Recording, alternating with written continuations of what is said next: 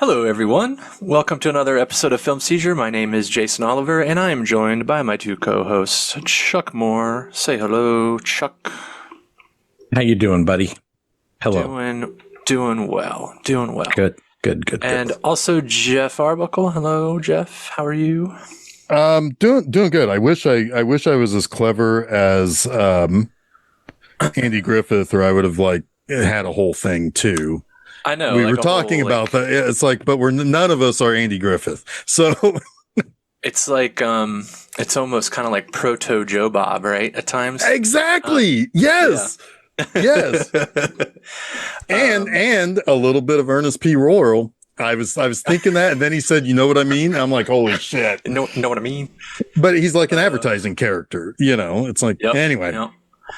But yes, if you've clicked on this week's episode, you know that we are talking about 1957's A Face in the Crowd, directed by Elia Kazan or Kazan. Both are correct depending on what country you're in. Also, granddaddy of Zoe Kazan. Wow, Zoe Kazan. Yeah. And written by Bud Schulberg. These two are quite a team. They won some Oscars. You might have heard of a movie called On the Waterfront. That was one of them. But we're not talking about that On the Waterfront. We are talking about A Face in the Crowd. Oh, reining yourself in quickly today, I see. I am. Well, this movie does feature a scene where somebody is painfully screaming out a woman's name. Oh, yes. So, yeah. Indeed, it does. Yes. So A Face in the Crowd. This one is kind of fairly new to me. I watched it for the first time maybe 2 years ago or so. It was one of those ones that your review on the Letterboxd said 2025. Okay, so last year at some point, yeah. Early, I think. I think it was early last year. Yeah, it would have been last time. The first time I watched it. This was the second time. I've been circling this one for a while. It always intrigued me, especially with the fact that it was Andy Griffith before he was, Andy Griffith, the sheriff of. Was it Mayberry? Mayberry. Yeah. Because I never really liked that show. No, that show's fine. No, that show is fine. It was never really my jam. It's just folksy, down home, good time. I mean, Barney Fife is just. a Don great Knotts character. is great. Yeah. He's great. Yeah. But I always liked Don Knotts' movies better than. Yeah, that's fair. Anyway. But what about Three's Company, mister? I'm just kidding. Or what we really want to talk about is the ghost of Mr. Chicken. Yeah, why haven't we talked about that yet? I don't know. We keep bringing it up. We're circling that drain. But yes, this had been on my radar for a long time. And I think maybe it was our buddy and listener, Dave, posting on Facebook or somewhere that kind of tipped me over the edge on it. And I was like, yeah, I need to watch it. And it was on the Criterion Channel. And I was like, yeah, let's do it. And it really pretty much floored me. With its prescience, with its commentary for the time it was made, but how unbelievably relevant it is in today's media landscape and political landscape. I was just kind of like, holy fuck, this 70-year-old movie is telling us, is warning us about everything that we're going through right now with politics, with media literacy and the lack thereof. And I was like, wow, I was just kind of floored by it. And of course, then there's the performances of it. Andy Griffith is insanely good in this. Patricia Neal is amazing in this. An early turn from Walter Matthau. He's great in this. I was kind of like, whoa, 5 stars, no notes. Right. And then, and I've been thinking about it ever since. And then I was like, of course I knew Jeff would love this movie, knowing Jeff's kind of fascination with media literacy in general. And I was like, this is probably going to be a really fun episode to talk about. we watched it for the podcast. So here we are. We're all This just is kind the of first time waiting watch for for both of someone you. to leave the soundboard on or turn the soundboard back on, right? Nowadays, in our current era, I don't even know if it would make a difference. I don't know if it, I don't know if it would matter. I mean, because the hot mic stuff that early in the Trump candidacy didn't fucking matter at all. no, and I mean, to be honest with you, there's still people today making a video about people like Andrew Tate still being pretty based, and that motherfucker is going to rot in jail for the rest of his life. And Probably not, but maybe. well, Britain One is a can little hope. bit different. Yeah, Britain is a little bit more serious about this shit than other countries. And I mean, because it's like 30 some odd like fucking charges or something on him or something. And you'd think that was a lot. You would think, but when it comes to when it comes to child exploitation and child pornography, I think Britain takes that shit seriously. But there'll still be people online who are going to say, hey, they've already skipped the prediction that Walter Matthau has and gotten back to, yeah, he's still cool. Yeah. Oh yeah. It doesn't. I mean, this is the end of our empire culturally. I mean, we're living through it. So enjoy that. Oh yeah, it's great. Yeah. Fantastic. But I mean, that's the thing that makes this movie so interesting and also so frustrating, right? And the movie itself isn't frustrating. It's the fact that how little we've learned, how little growth we've come. We've just gotten worse at this. We haven't gotten better. No. And, I mean, to be honest with you, I've said this before on this very show at some point in the past, and this will probably not be the last time I'll say this, but our country has such a weird parasocial relationship with fame and with richness. And when you have somebody who's famously rich, we lose all sense of our, we lose all sense of our collective morality around. Yeah, there's probably a very large portion of the population that would feel bad for Lonesome Rhodes at the end of this movie. Yeah. There probably are a lot of people that would be like, oh, poor him. Yeah. Like, wait a minute. Did you watch the movie? Yeah, exactly. I mean, in simpler times like this movie, when it came out, there's a hope that we wouldn't make that mistake again, or people would be kind of shaken out of that spell that he cast over them. But I mean, the simple truth is that, unfortunately, I don't think that was ever the case. I think this country, at least since maybe the Industrial Revolution, we have an unhealthy relationship with celebrity. And like macho, folksy, male cult personalities, right? Yeah. Like, the whole, he just tells it like it is, right? Oh boy. People love that. And people's, the masses, their tendency to just fall hook, line, and sinker for what they feel is trustworthy because he's just telling it like he is, and he's just he's speaking on my level, right? Oh yeah. I mean people gobble that shit up like I do Marshmallow Fruity Pebbles. Like just I cannot get enough of that shit. I didn't even know they still made those. Oh yeah. They that and Marshmallow Fruit Loops. If you put marshmallows in cereal I already like, I'm eating it like the people eating this slop in this movie. Fruity Pebble Rice Krispie Treats, just gotta say, is like the best. It's so good. Yeah, they're definitely the elevation that Rice Krispie Treats needed. Exactly. I mean, Cocoa Krispies are good too. Like that's a good like pivot away from feeling something a little more brownie like, right? But man, Fruity Pebble Rice Krispie Treats. Yeah, I'm gobbling them up. Yeah.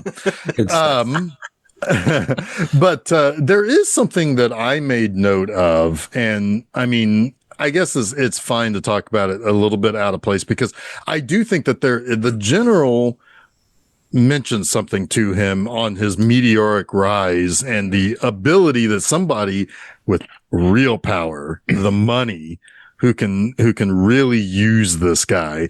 But he does say something that I do think is something worth pondering, talking about the quote unquote responsible elite.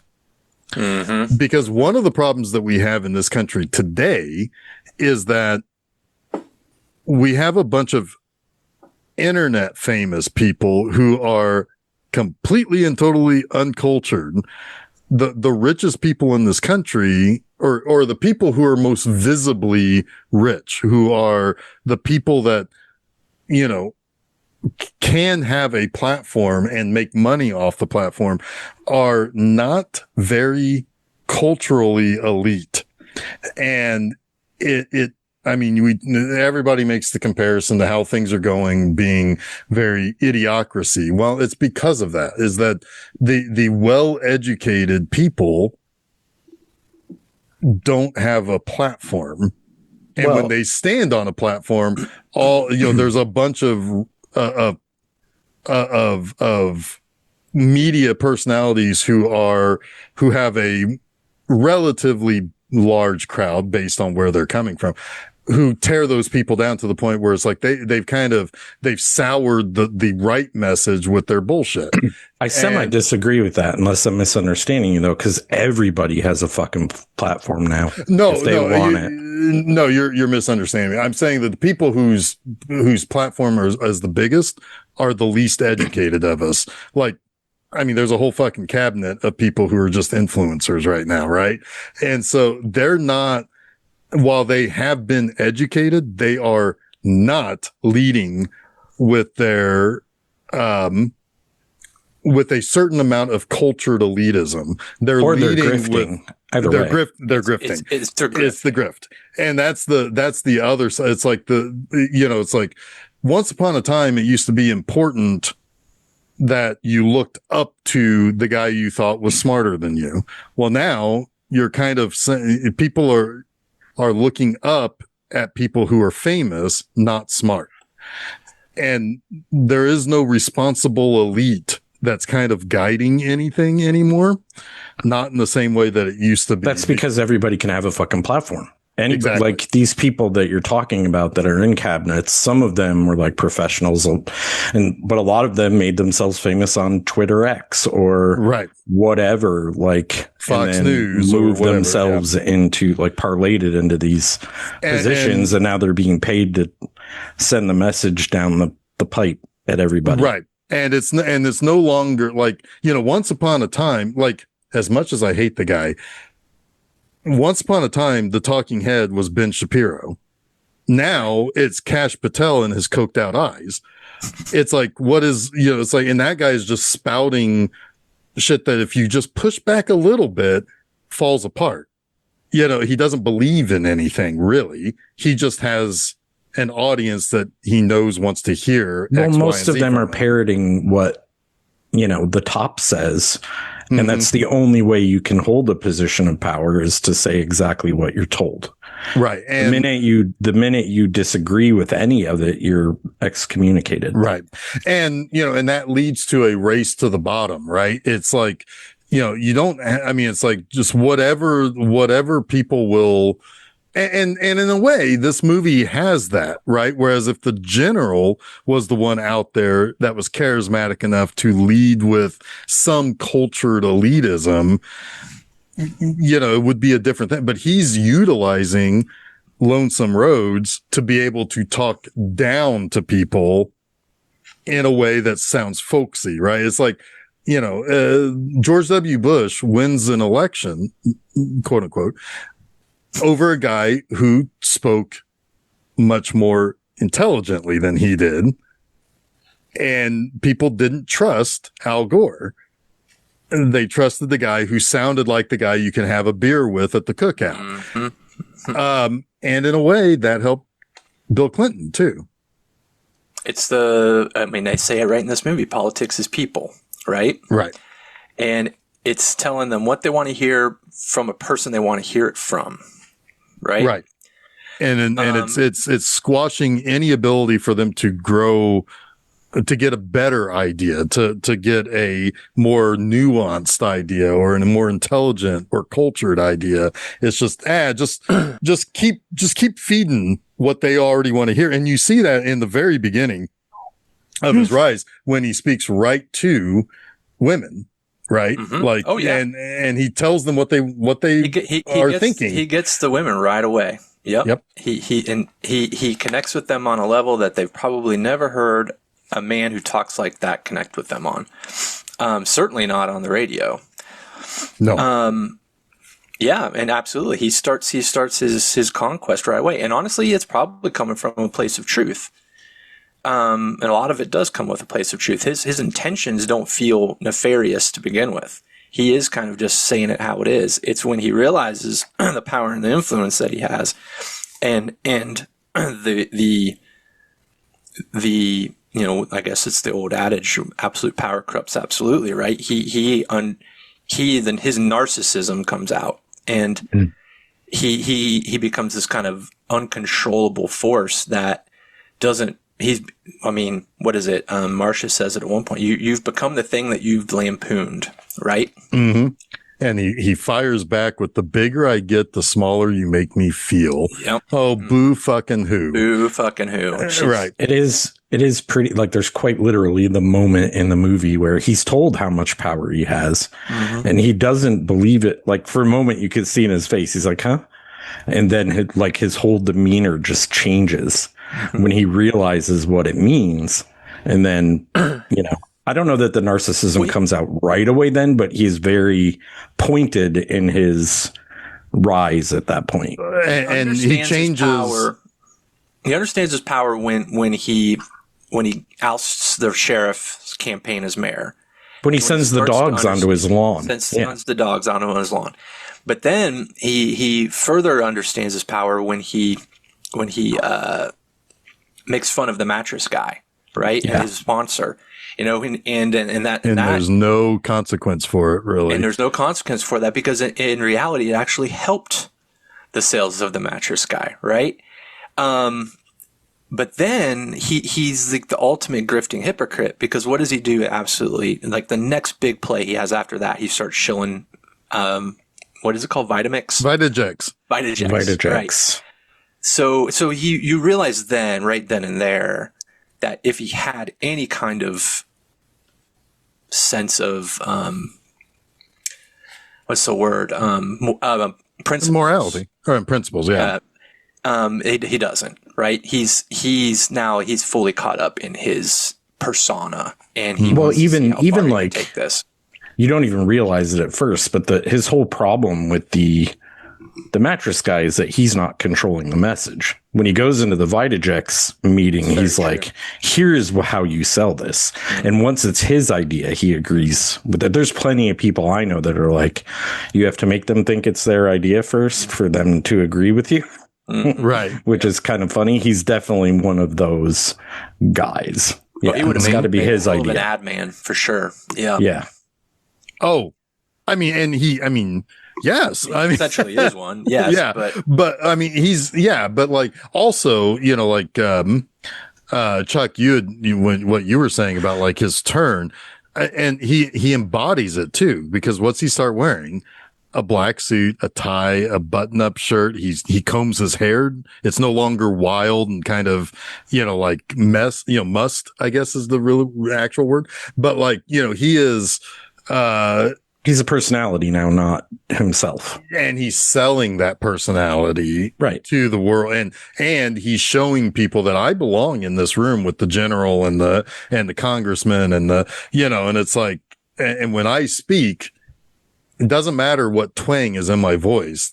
Everybody stops to listen. Mm-hmm. Yeah. Yeah. No, Andy Griffith is really good in this movie. It was interesting. We were talking about the influencers and how an entire cabinet of influencers and how you grasp to power, right? And you don't.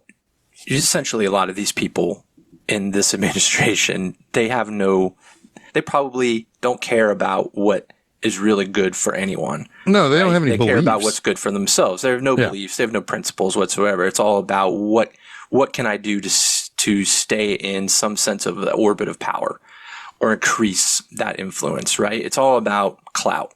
But then you have, I think, even worse, you have the Marjorie Taylor Greens, the Tucker Carlsons, who at first glance, when they start to buck the administration, you think, oh, they're finally coming around, but they're not. What they've realized is that there is nothing left for them to rail against if they stay in this orbit.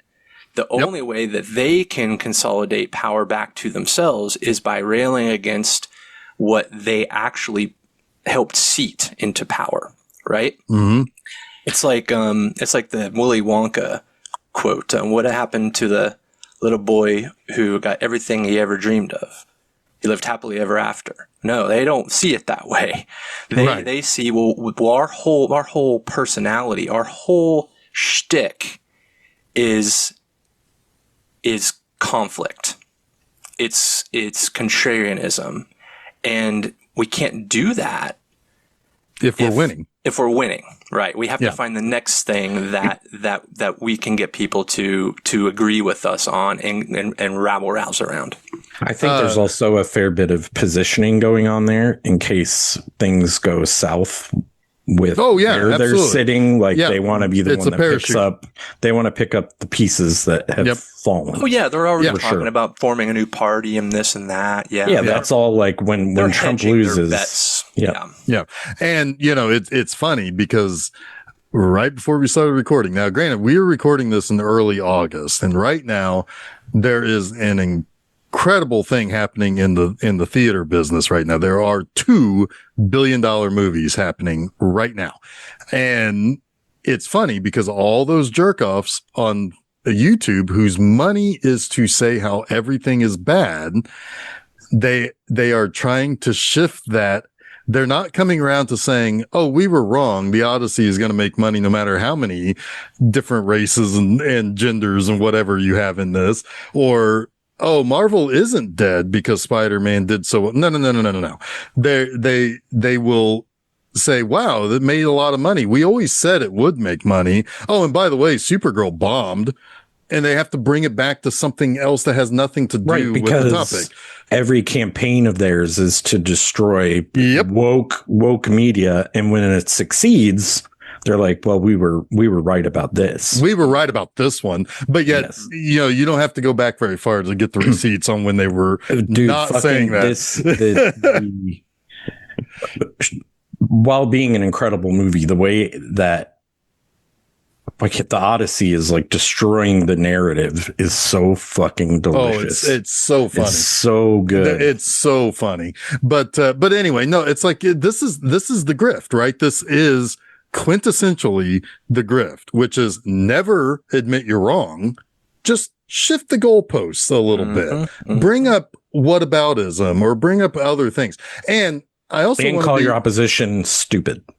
And call your opposition both stupid and the most powerful thing on the planet. Funny names for them, but also make sure that people know that they're the boogeyman. They're dangerous. Yeah, that's a playbook right out of Nazism. It's But anyway, I do want to say, I mean, because I know that we did get a comment on one of our videos or one of our episodes on YouTube about bringing up politics and stuff. And I want to say that this grift does exist on the left too. Oh, sure. I mean, this sort of stuff happens on every side of every fence. It's just that, it's like, you don't have to look very far to see where people are trying to fall in line. And it just so happens that, it's like whether it's the White House or some racist fuck on YouTube who bitches about movies,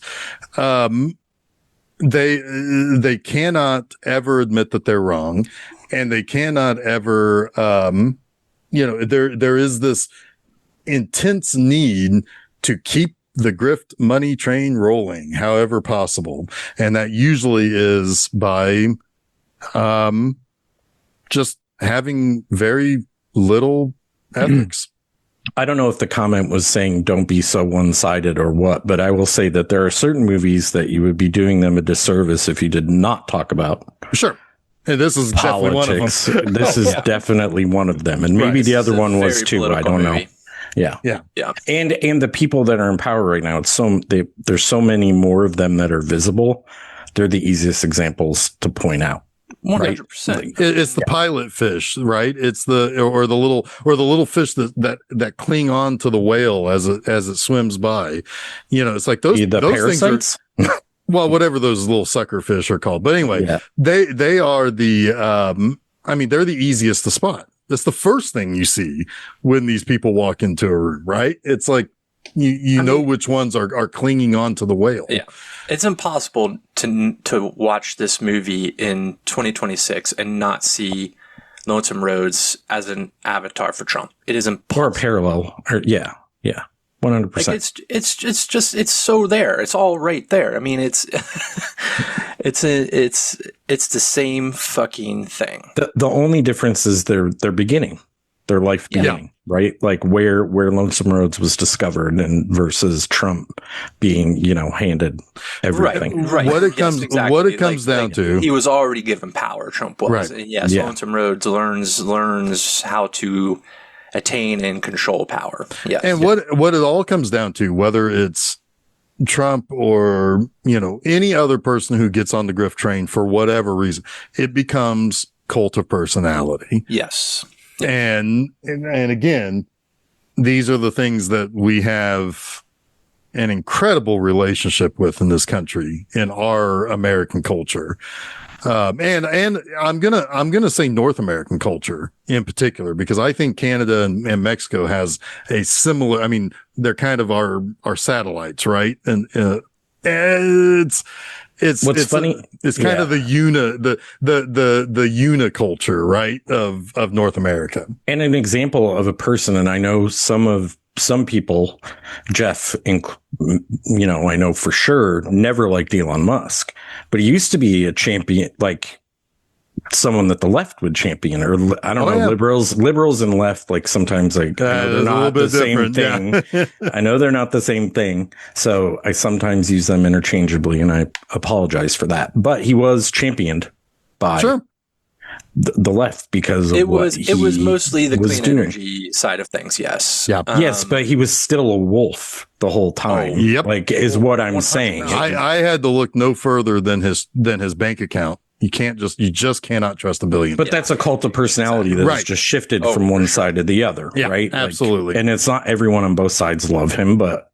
both sides have loved him. For different purposes. Yeah, for different purposes. Mm-hmm. Yep. But again, he's someone with zero principles. He has no principles. His only principle is how do I make more money? That's the only thing that guy cares about. Yeah, there was a time where people believed he did have principles, and that's when they... Yep.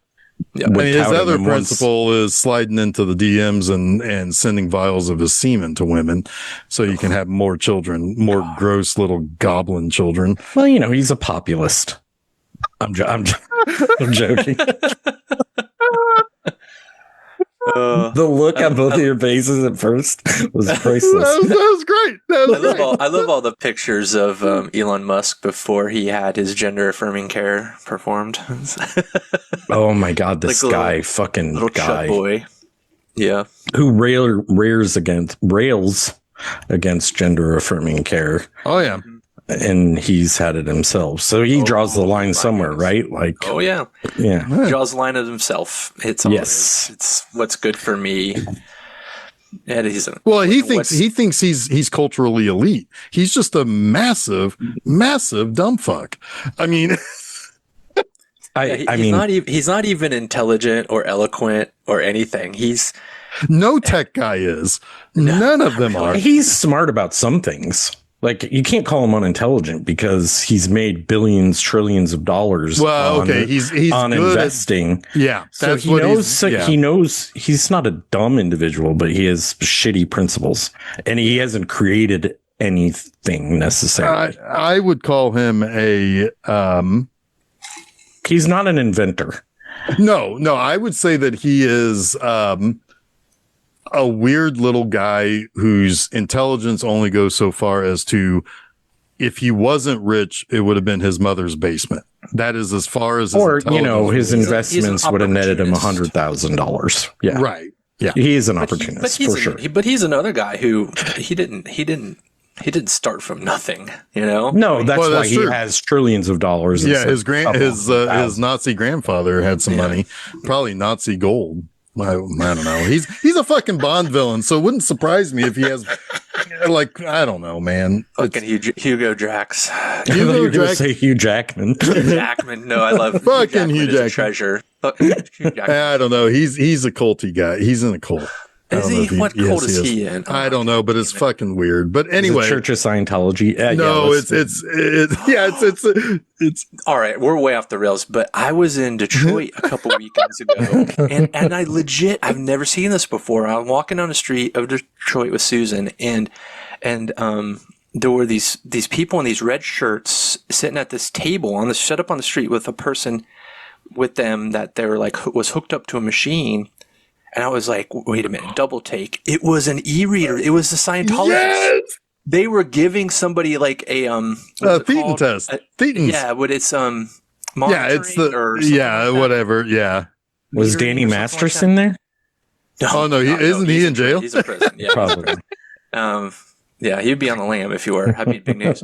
But I did donate. I've never seen an e-reader in the wild before. That was the weirdest thing. I wonder if they were breaking scientific law. Is that what you call it when you're a Scientologist? I know. I thought that it was a little bit more secretive, right? Scientological.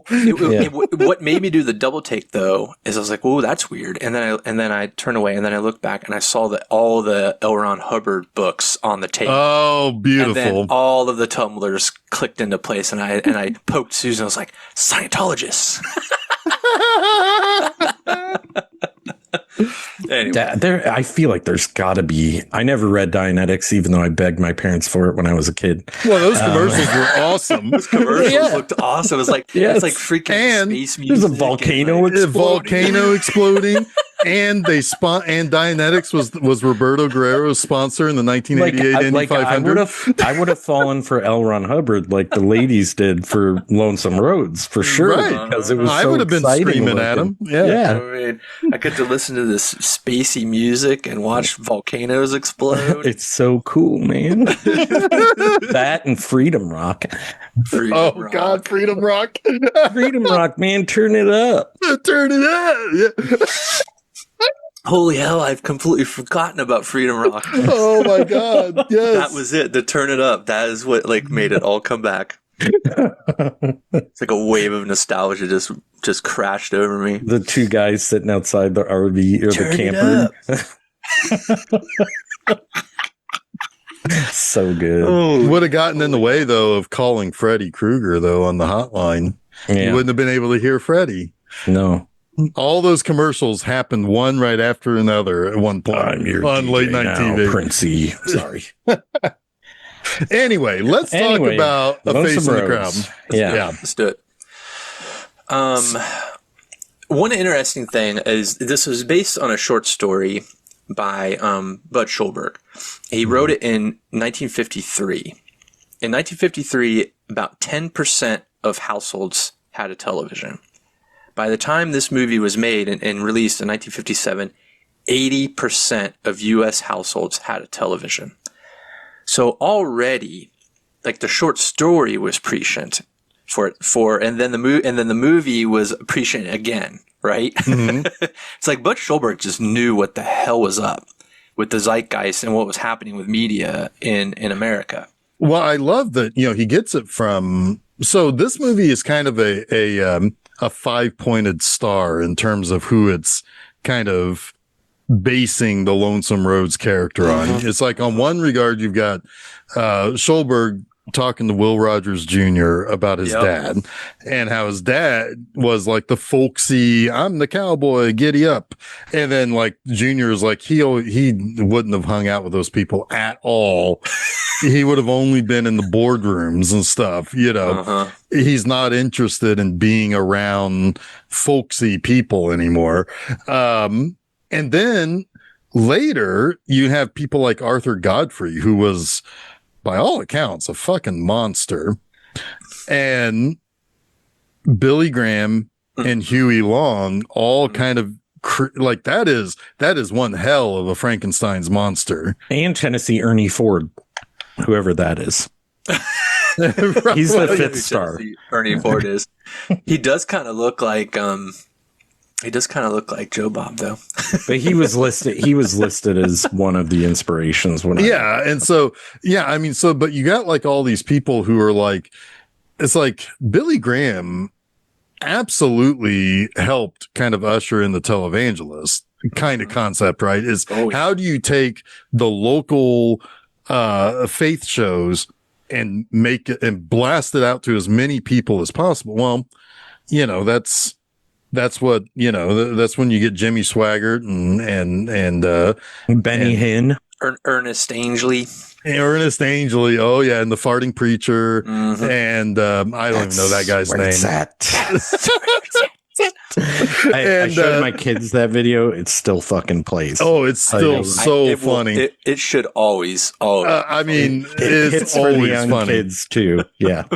But and then like Jim Baker, of course, was like, for a little while, like one of the top, but like there's plenty of them that were at the top of the food chain, but it was all that, exactly. And it's like, but like there is this impression of like the good old fashioned gospel is kind of the same way as being like the folksy kind of humbled middle America, goofball or whatever. They're kind of one and the same, right? It's all carnival barking, right? Yep. Well, it's why Hee Haw was on for like 20 fucking years, and I never once ever laughed when it was on TV. Yeah. My grandparents, you weren't the audience for my that. grandparents thought it was hilarious. I thought it was the worst fucking hour on TV. It's like, can we watch 60 Minutes instead, please? Well, then on the other side of that, you've got like the pretentious variety show, like the not laughing. No, oh my God, it's like the height of just horrible, pretentious. Lawrence Welk, yes. Yes. But he was even a folksy kind of goofball from like Europe or whatever. Yeah, he kind of was, but it was just like, my goodness. I mean, it's very stuffy. It was very stuffy. Exactly. Yeah. Yeah.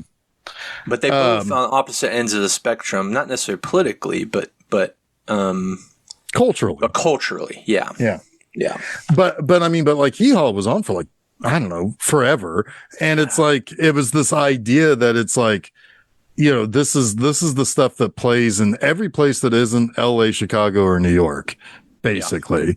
Yeah. Because back then, that was every place else, was the folksy kind of hardworking, blue collar, just wanting to understand the way the world works, idiots, bumpkins, basically. And it didn't take long for like the radio people to understand. I mean, they already knew about demographics, and they was just translating all of that to television, and they have so much more to work with aesthetically once you introduce a visual to the thing, right? And it becomes like this hugely amplified, powerful, influential tool. Yeah. Oh yeah. One good thing about Hee Haw though was Roy Clark. That man can play a fucking guitar. Sure. I mean, that's terrific. To be honest with you, the musical parts are the better part of Hee Haw. The sketch comedy stuff. It's the sketch comedy that's just so bad and so like yeah. There's been plenty of that made for New York, LA, and Chicago that sucks too. Well, yeah, like, Jay Leno. Yeah, fucking Jay Leno is that. Yeah. And to a certain extent, Jimmy Fallon has kind of carried that on that safe. No, it's like, no. Give me Seth Meyers. Give me David Letterman. Well, yeah, but I mean, if I'm talking about the people who I can pick from right now, I'll wait for Seth Meyers to come on. Gotcha. I don't watch any of it anymore, honestly. I haven't watched late night television in a long time. But I mean, I guess 1957. What was there late night television? Oh yeah, Tonight Show. The original Tonight Show was on. When did that start? Was that mid to early 50s? I'll look up exactly. I think 57 might have still been Steve Allen. It's either Steve Allen or Jack Parr at this point. I would think. It went national in September of 54. There you go. With Steve Allen up through 57. So I don't know if he was. So Jack Parr would have been coming in around. Yes. Yes. Yeah. So there you go. I mean, it's commenting on that, the rise of the late night host as well, right? Mm-hmm. Oh yeah, because his Cracker Barrel ultimately is that kind of show, right? Where it's like, oh, look who's stopping by to say hi to us, you know. What I find really interesting is that the really sharp person in this movie is Patricia Neal's character, Marcia, because she's the one who understands how to bring in an audience. Now, of course, she ends up getting swallowed by the machine that she created and the monster that she created. Yeah, she's a little bit of our Dr. Frankenstein here, right? It is. Right. This is a Frankenstein story for sure. Yeah, absolutely. And yeah, because she wants to go and find the most interesting person to put onto her show, A Face in the Crowd, which is interesting, is that gets forgotten very early in this man. It's the whole title of the movie, which has like a multiple meaning kind of element to it. But like, you know, she talks about how much she just wants to have the best show in Northeast Arkansas. You know, so she's kind of got her sights set on how can she live comfortably.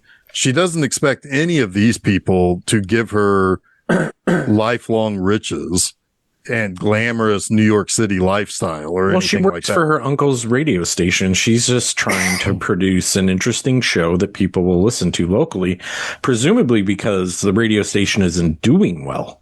At least that's what the uncle says, and I don't know if that's a joke. Well, I kind of feel like it's just the sensibility of this is just my job. I mean, it's like I own this. That's not. But how I don't. Says that. Well, no, but like I just don't think he thinks of it as he strikes me more of a guy when he talks about not being able to go deep sea fishing. Basically, I think is the point where you're talking about. I think he. I mean, this is a man who has a nice house with a swimming pool, right? Sure, he's doing okay. He just again, it probably never enough, or he's got bills to pay. Like his standard of living has increased with the money that he's made. So he's never like really treading water. He's never really ahead. Yeah. Right. Yeah. So he can't afford to take. But something like that show getting popular could.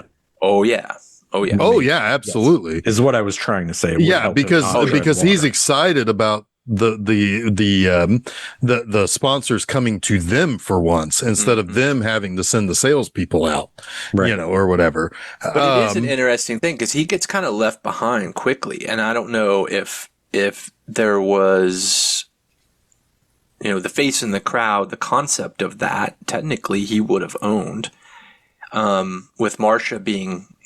Probably, well, she was eventually kind of cut in officially, contractually. But I kind of wondered about the radio. I'm glad station. this movie doesn't really waste time with that. Like if there were like 5%, because I think this movie's so fast. It moves on so fast, and I think it is a little overlong in general for me. The movie, but not terribly. But I'm like, okay, I get the point. The first act is like 25 minutes.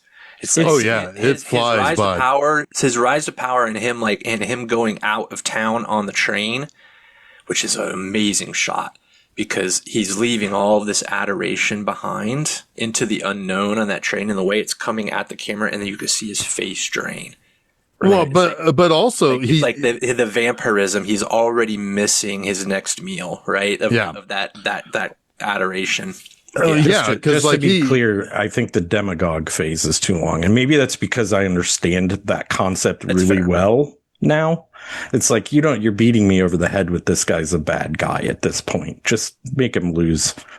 You know? Yeah, I mean, but there is also degrees of like there's an iceberg here of like how far down he gets to the point where he ends up where he's at, which I think was the reason why I was like, yeah, it may be, you know, it's like, if you trim some time, it's kind of one of those things.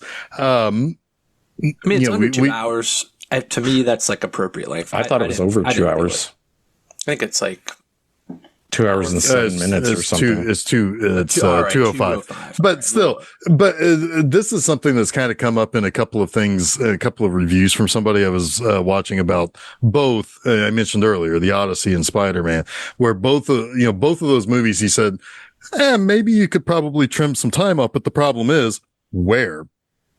We agree that it's maybe a little too long, but where do you trim the time that makes it work as well as it could? I think that's neither here nor there with this movie, because those are different kind of films. Well, no, but like the same concept is at play. It's I think there's clear places you could trim the fat in this movie. I already said so. Yeah. I think maybe now, but I would miss it. I think I would miss it because the movie does try to cling on to some sense of compassion or sympathy for Lonesome Roads, right? I think the movie is very, very good at manipulating you through him, like he's manipulating Marcia, right? It's that toxic boyfriend that, he does all the bad things that make him interesting, but a horrible partner. But then he says all the right things to get you back. And that movie, I think, really does that well up until a point with him. So I don't know. I don't ever feel the length. I've watched this twice. I not to disagree, like Chuck, I'm sure you're right in some regards, but I will say that the only reason why I stopped with 30 minutes to go was I did watch it on Tubi. So I had the commercials. I needed to take a shower. I needed to get some lunch. And then I came back ready for the making excuses for being over it for a little bit. We can leave that here. That was a joke, obviously. Let's circle back around to something, because the first time you meet Marcia, she is gotten a hot tip from the sheriff in the small town of a sheriff who is infatuated with her and running for mayor. And he was trying to get into her good graces by telling her that he's got a whole new crop of losers in the county jail, because we always what did he say? We always get a good haul over the 4th of July. And it's like, what is he talking about? And then you realize, it's a jail. So she goes in there, and she's the producer of this little radio show called A Face in the Crowd. And her whole thing is finding authentic people to tell their stories, folksy people, tell their stories. It's almost like that show for the Dancing Outlaw got big on, right? Well, it's This American Life. It is kind of This American Life, but even before This American Life, there was this show on West Virginia Public Radio, and then it was a TV show. I know what you're talking about. That's what launched The Dancing Outlaw. Yeah. If you don't know who The Dancing Outlaw is, look him up. But he is a Jethro, and he's a guy that was found. Was it Jethro? I don't know. I think it was. You know The Dancing Outlaw? Are you kidding me? Do I? I don't know if I do. Remember, fry my eggs up good. Don't make them all runny like you normally do. The guy who do the mountain dancing. You've seen The Dancing Outlaw. I don't remember. He was on the same tape as the farting preacher that we watched. Okay, then I've seen it. It's just California. Didn't stick with me. The Dancing Outlaw. Jessica White. Jessica White. Oh yeah. Okay, I know Jessica White. I'm sorry, I forgot his moniker. So anyway, it's a show kind of like that, right? Where you want to find these weird eccentric characters and bring them to an audience, and it's so her thing is authenticity, but it's still not really. It's like the very first thing out of the gate is she gives Larry his nickname. She calls him Lonesome Roads, and he even kind of reacts to that. He's like, lonesome, right? But then, it starts to build. That's the very first seeds of a character, of the first schism of who he is and who he becomes, right? Is right there in that first moment. So they're like evil.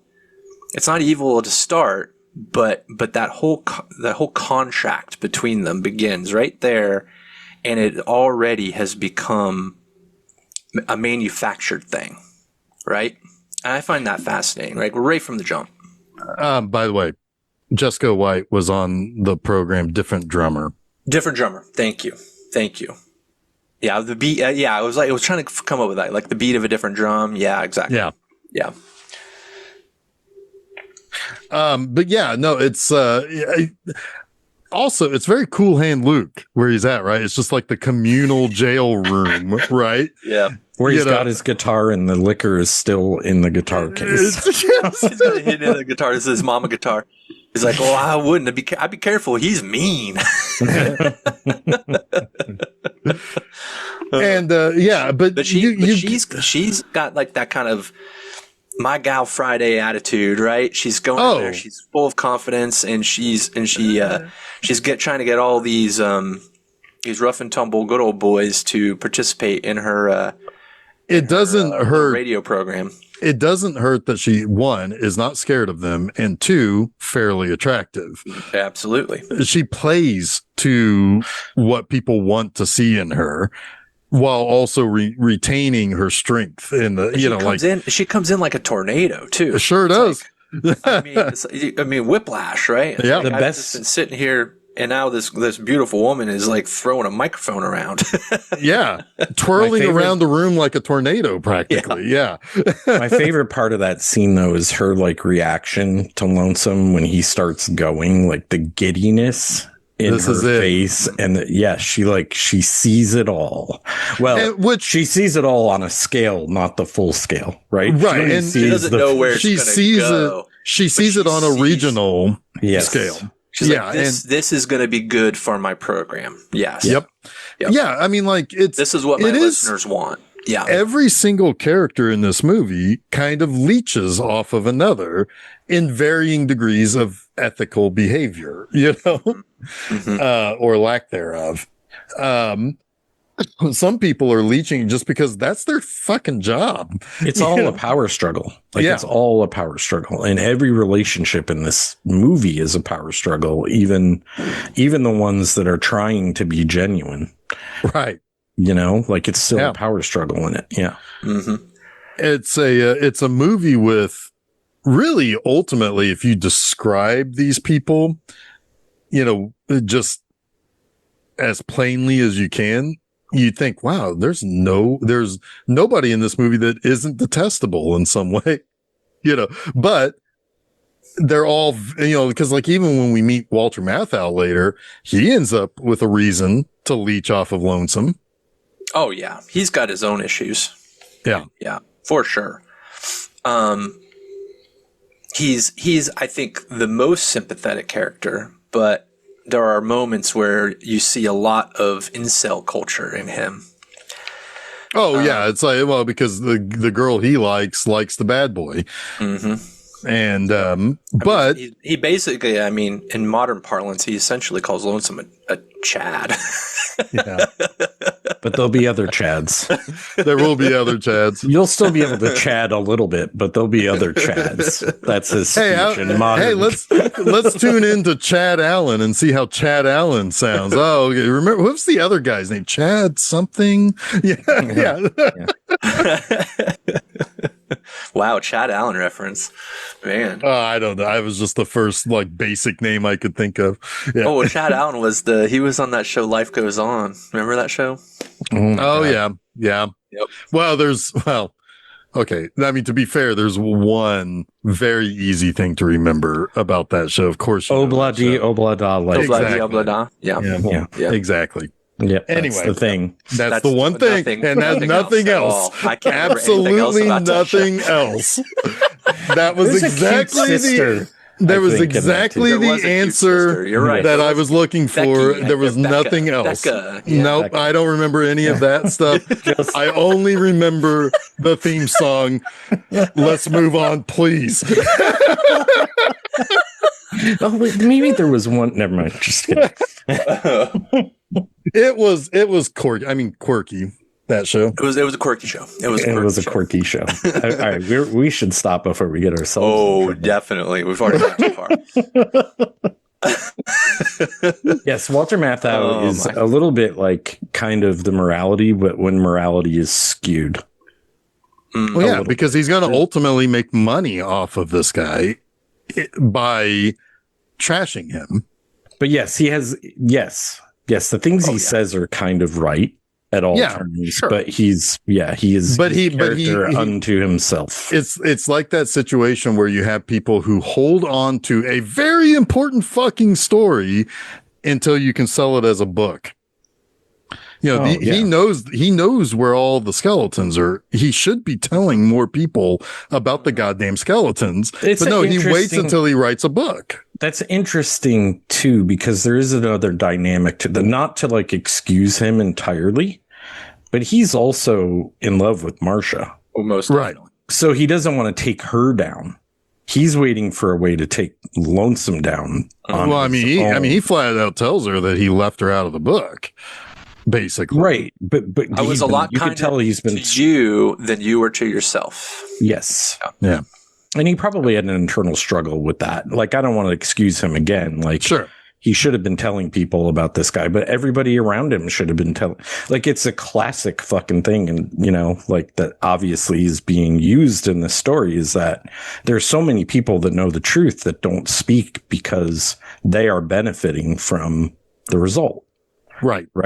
They don't, exactly. Yeah. That's all I have to say about that. But he's out here. I was being folksy out here. I honestly would like to hear. I would have liked more of and this would have made the movie even far too longer for Chuck. But depending on how interesting it is, the aspect of the writer and the role of the writer, right? Because Lonesome Rhodes detests writers. Right, he probably detests writers like Joe Bob detests writers in a lot of ways. You can always tell on a Last Drive-In show when it's a scripted thing that Joe Bob isn't fully behind, right? Because he gets a little awkward. But when he is fully in control of what he's reading from his teleprompter, it's like that's all him, right? Right. So there is this conflict which is universally understood between like the personality and the writer, right? And the writers can't stand him because he tramples all over their words or just doesn't listen to them at all, and that happens right from the get-go. I mean, they try to bring in Walter Matthau, and he's immediately laying into him, calling him Vanderbilt 44. He's already got a picture of who this guy is. He's like, well, he can't write for me. I know what the people want to hear. And he's kind of right. He's not connected to the audience the way Lonesome is. But that chasm gets deeper and deeper and deeper as the movie goes. Yes, yeah. And as an example, and it doesn't have to make the movie longer, there could be a great scene with them during the demagoguery phase that deepens your understanding of Vanderbilt 44 and his relationship with this fucking monster. Yeah, and they're not. You know what I mean? And that would be fantastic. Much after that first initial scene where they meet. That would be a great kind of scene in that period where I feel it's dragging a little bit. Yeah. Yeah. And it would have made the last confrontation feel more natural. It feels a little bit like, what happens there is right, but it doesn't feel exactly earned. You do get that moment where you know that Lonesome, he knows what Vanderbilt's all about, right? And when he tells Marcia, well, there's always Vanderbilt 44. I would have thought that he would have been waiting for you until hell froze over. And she says, well, hell did freeze over. He did, and hell has frozen over. Yeah. Yeah. So that I think kind of makes that last scene work enough for me. That and the scene in the bar where he just happens to bump into her there, and he talks about the book, and he's like, I mean, that's great context for him. Like 100%. I agree with that. I just think more contention between them on screen would have benefited the movie and less of maybe something else. That's for me. But I also do think that in some ways that's kind of more of a story that I would like to see, but not the story that the movie was interesting in telling. Right. Yeah. Yeah. Anyway, so what do we got? We got she puts him on the radio. she kind of tapes him in clandestinely, to which when he discovers, he kind of gets a kick out of that. He's got his huge guffaw laugh. She's like, you really go full into that laugh, don't you? He's like, honey, I don't do anything, half-assed or whatever he says, No, he sure doesn't. He everything about him is huge. Everything about him is huge. And now also there is some, I was picking up very early, the song that breaks him out basically is about being free. Yeah. Yeah. And that there's an Easter egg there. Free man in the morning. You will never be able to pin him down. Mm-hmm. And unless he wants to be pinned somewhere, but you will not, he is not going to be easy to control, because we find out later the general thinks he has him under control. He sure doesn't. No. And so, but that's an Easter egg of how you will expect him to move through life throughout the rest of this movie. Mm-hmm. And that is, it's his way or the fucking highway. Yeah. And honestly, he never really diverges from that mentality throughout the rest of the movie. Even when he's clearly, there's a mutual, advantage being played between him and the general. Even then, he understands the score and he's willing to play along, right? Because he knows what he's getting out of it. The only time he really kind of gets, I guess, grifted himself is by his manager. Yes. But this is a guy who is going to know how to work he's a little slicker than he is. De Palma's a little smarter. He's playing a few steps ahead, right? Well, he's fucking over his own boss. Oh yeah. At the furniture. Yeah, he fucked over his boss at the mattress place, the mattress man. He played a bunch of media conglomerates against each other to get the best deal for Lonesome and take him to New York, right? Mm-hmm. And he immediately gets into good graces with Lonesome because of that. But then, yeah, this guy is like, all right, he understands that Lonesome is a narcissist, or he's becoming one, right? He's probably always in some ways been one. He thinks a lot of himself, even when he's drunk and in jail. But this is a guy who, yeah, he's unscrupulously savvy, and he understands, all right, well, I've got to make sure that I've got backup to a backup to a backup. And he ends up owning him. Lonesome, and then he ends up owning Lonesome. He owns his whole brand, his whole company, and his wife. And his wife, yeah. Oh, goodness gracious, 21-year-old Lee Remick. Whew. Yeah. What a beauty. She just wants to perform her double fire baton on Ed Sullivan, God damn it. Yeah. Even though they had a different name for Ed Sullivan, right? She said Sullivan. Yeah, she did say Sullivan. Mm-hmm. Yep. Maybe I didn't understand her southern drawl. But yeah, Ed Sullivan, right? He was probably the biggest TV personality at the time. Oh yeah, easily. Yeah. He you also have you do get a couple of cameos. You have Walter Winchell, who always, if I'm not mistaken, I think he did the narration for The Untouchables. And then Mike Wallace is and that was pretty awesome to see, like a pre 60 Minutes Mike Wallace. Yeah, that's kind of wild. Yeah, actually. Yeah. All right, but anyway, where are we? So they Patricia gives him a deal, or tries to convince him. It does convince him to not hitchhike to Florida, but to come with them and do a radio show in the morning and see how he likes it. They're going to put him up in the hotel, and they put him on the air. He's an instant hit with the people. He's on for like an hour a morning or something like that. And she's essentially just trying to wrangle this rough and tumble, tumbleweed, right, into the studio every morning to record this hour of radio. And it's when he starts again, kind of find himself, find his voice, find like what he's good at. And he finds that, yes, he can play a tune or two, but what he's really good at is just finding those little topics that connect with people and needling a little bit of those untalked about taboos in society, right? Just kind of like trying to find the heartbeat of the folk people a little bit. And he does a really good job of that. And he's starting to kind of woo Patricia, or it's not Patricia, sorry, Marcia, which creates the ire of the sheriff in town, because the sheriff is sweet on Marcia. They get into a fight and gets a black guy from the sheriff, and that's when he decides, well, let's see what kind of power I do have.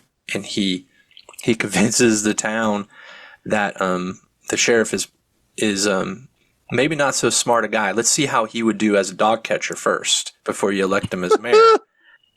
And he convinces everyone in town to take their dog and put it in the sheriff's lawn.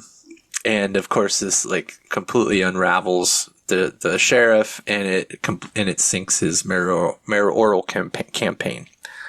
And then that's when we get the whole. So he jumps to. Oh, yeah, that's when he gets the offer from Memphis. He goes to Memphis. There's a guy who wants to put him on TV in Memphis.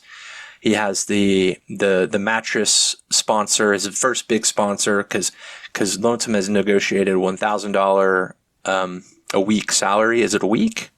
Right, because initially it was $500 a week, and he said, "Well, I'll tell you what. Why don't I go up there for a couple of weeks this while for nothing?" I was on the radio. Yes, in the town, in the small town. Right. Yeah, he's negotiating his next contract. I'll go up there feels for like 2 a very weeks. Howard Stern thing to me. Oh, absolutely. Absolutely. I'll go up there for 2 weeks without pay. You don't have to pay me. You just put me up, I'll do the show. And if I don't think it's the right fit, or if you don't like me, you can let me go. But if you do like me, how about you give me $1,000 a week? Mm-hmm, mm-hmm. Oh, you will? Okay. And then, getting on the train. Now he says to Patricia, now, of course, he plays it off as, I'm just kidding, but he talks about how it's like he's moving on to bigger and better, more important people. Mm-hmm. Because, all the people at the train station, he already has some. I mean, he's telling you who he is ultimately and how he uses people to get where he wants. But he kind of does it with like a little twinkle in his eye and a wink and a smirk. And I'm just kidding, or whatever. But yeah, the whole time he's telling you who he is. And at this point, you can't really blame him, right? I mean, he's riding the train, just like he was riding the train out of town. And he even makes the comment to Marcia. He's like, I'm happy to get out of this. I forget what he says, like Podunk town. He doesn't realize she's listening. He doesn't realize she's listening. And then he kind of like, you know not to take me seriously, right? It's his first red flag with her, for sure. But she blows it off because she's kind of getting something out of him too. Well, yeah, she's getting out of this town also. And by the way, anybody who introduces themselves to people by saying, well, people don't like what I have to say, or I'm just an asshole, so you can take whatever I say at a grant. Those people are the fucking worst. They're telling you who they are. Yeah, I don't know. I tell people I'm an asshole all the time. Yeah, but we usually already know you're an asshole. but no, I'm talking about the people. It's like, I know, and they've all flooded Facebook now. It's like, a lot of people don't like what I have to say, or they proudly wear a shirt that says, "Don't like my opinion, ignore me, problem solved, fuck face," or whatever, and they wear that to the Walmart, and it's like, you are probably a fucking prick that deserves to get his balls kicked in someday. Yeah, there's the same people who say, "Don't like America, leave." Right. Yeah, like it's that easy, buddy.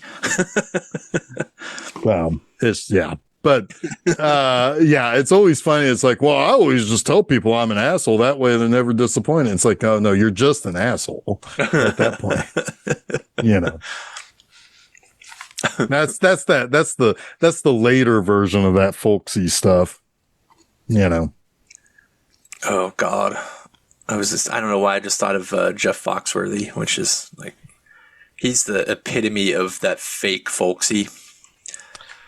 He might be a redneck bit. It's just so fucking fake. I mean, nobody is as fake as Larry the Cable Guy, though. Oh God, yeah, he was super fake. Yeah. Get her done. All right, let's anyway. Speaking of, Oh, all right. So he goes down to Memphis. He gets his TV show. They get their first sponsor. He immediately pisses off their first sponsor.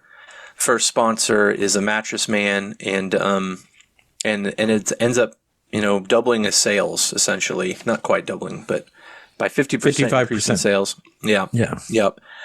But he's embarrassed him, right? So it's like, this guy, the mattress guy, is like, I don't want anything to do with this guy. I don't care that I'm selling more mattresses. I have people outside my store burning them, right? But his right-hand man, his marketing guy, De Palma, he sees what lonesome is. And he's like, I see my next meal ticket. So he latches on to him, and he quickly negotiates a deal to get him to bring him to New York City. So New York City is where we spend the rest of this movie. And it's his rise and fall in the big city. But there's really interesting, like, poignant moments with Lonesome where he does feel lonesome. When he's up in his penthouse at the top of the skyscraper, and he says things like, he's looking at the dead flowers on the patio. It's like, nothing grows here. The dust kills everything, right? It's like you can see this disconnect from where he came from and what he connects with. But how does his persona overcome that? And it's sad because you can see him sacrifice what principles he does have in the pursuit of power and the pursuit of an audience. The man loves an applause, right? It's one of the last builds things a machine. he says in this. Yeah. Mm-hmm. Yeah. And that's ultimately what wins out to his detriment, to his demise. But those are those moments where you can kind of like, you get suckered in by it. You're like, what does he really feel? Who is he really? And that's Marcia. She keeps falling for it too. Those quiet moments, those moments of despair, but in reality, they're probably just manipulation, right? Well, yeah, you can see how charismatic he is, because even when he says he's lonely, a woman is leaving his high rise. Uh-huh. And he and I knew, like, away. No, and they all do.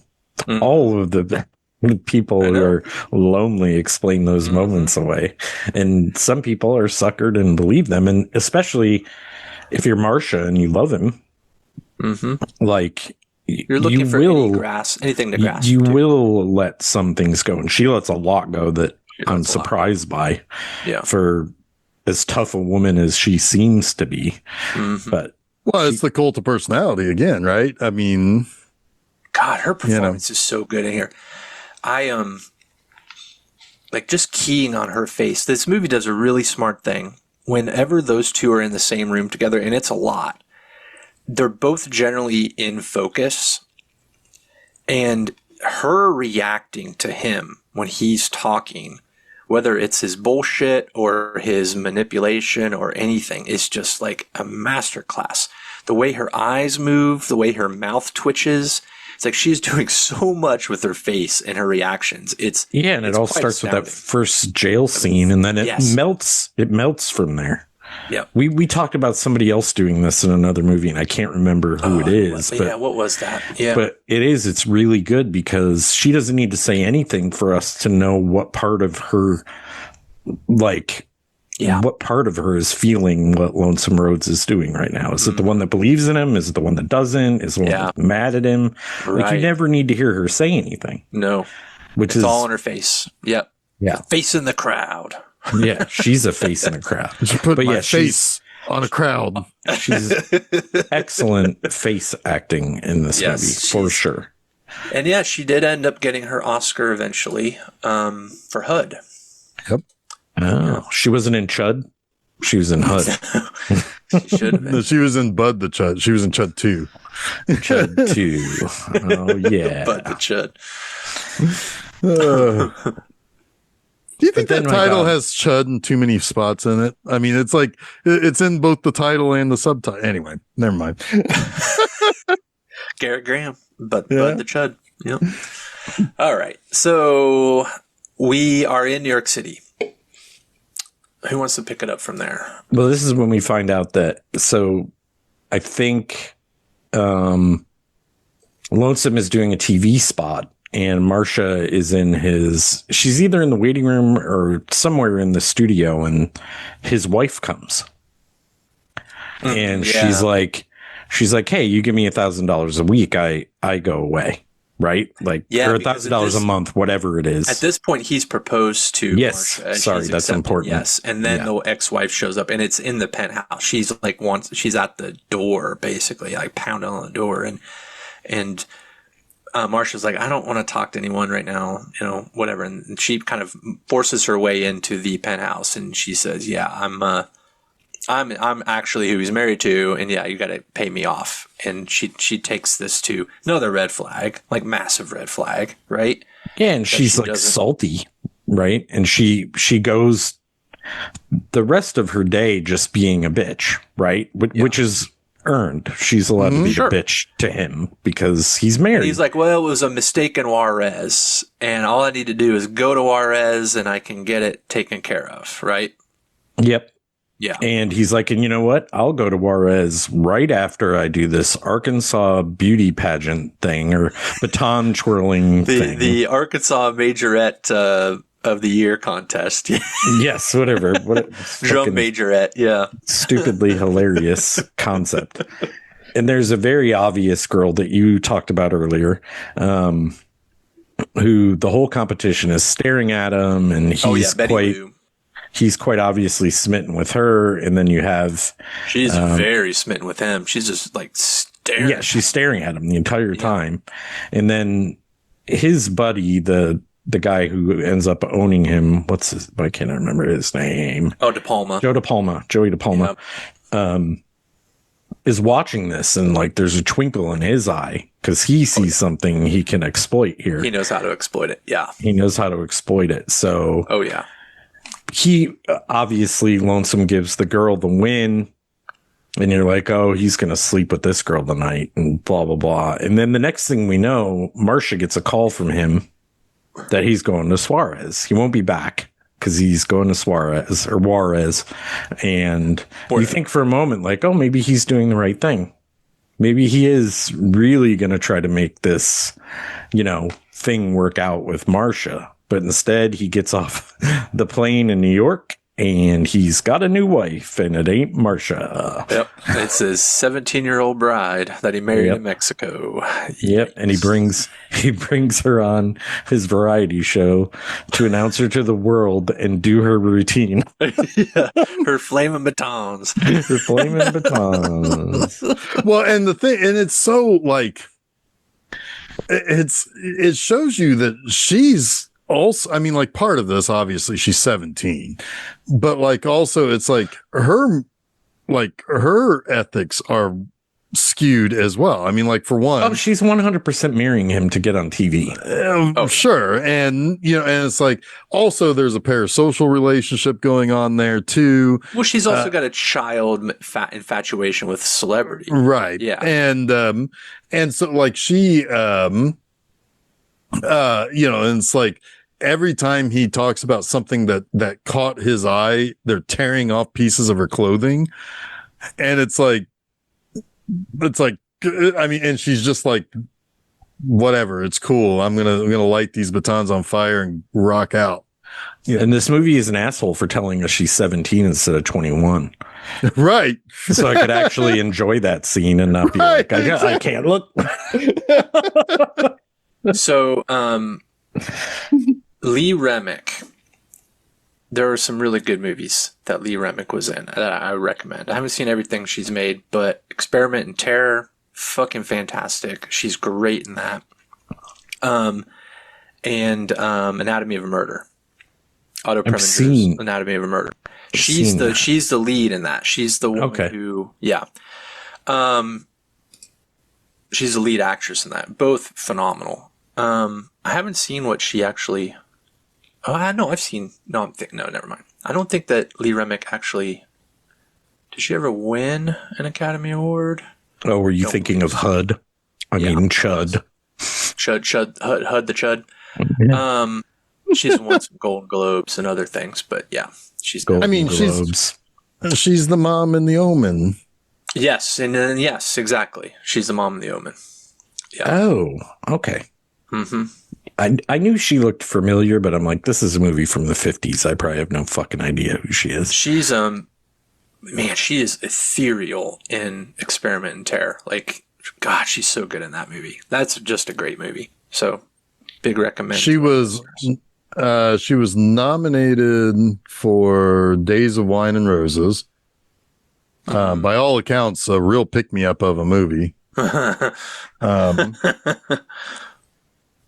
Then, lots of, like several Emmy nominations, Golden Globe nominations. Oh, she was in The Detective with Frank Sinatra. That was a pretty big movie. Wasn't that her? I think so. Yes. 1968, yeah. Yeah. Yep. Anyway. Then we have like the megalomania phase of Lonesome Roads, where he tries to become, what do you call it? Like a political kingmaker. Because that's the general likes how much, because the general's the one who created the company who sells Vitajex. I mean, now he just does insurance. Yeah, Pete Hegseth is probably ordering barrels of that shit for the army now. In a movie about a con man, it's like the literal snake oil of this movie, right? And it's right the Say video where the guy's bringing the snake oil. Yeah.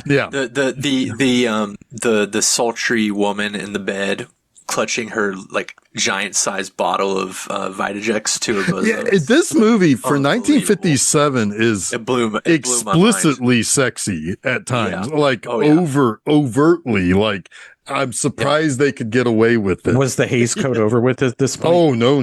The Hays Code was still 60s. Yeah, it was replaced by the rating. So it was replaced by the rating system in 68. Yeah, 11 years later. Yeah, yeah. So like. But like it's, but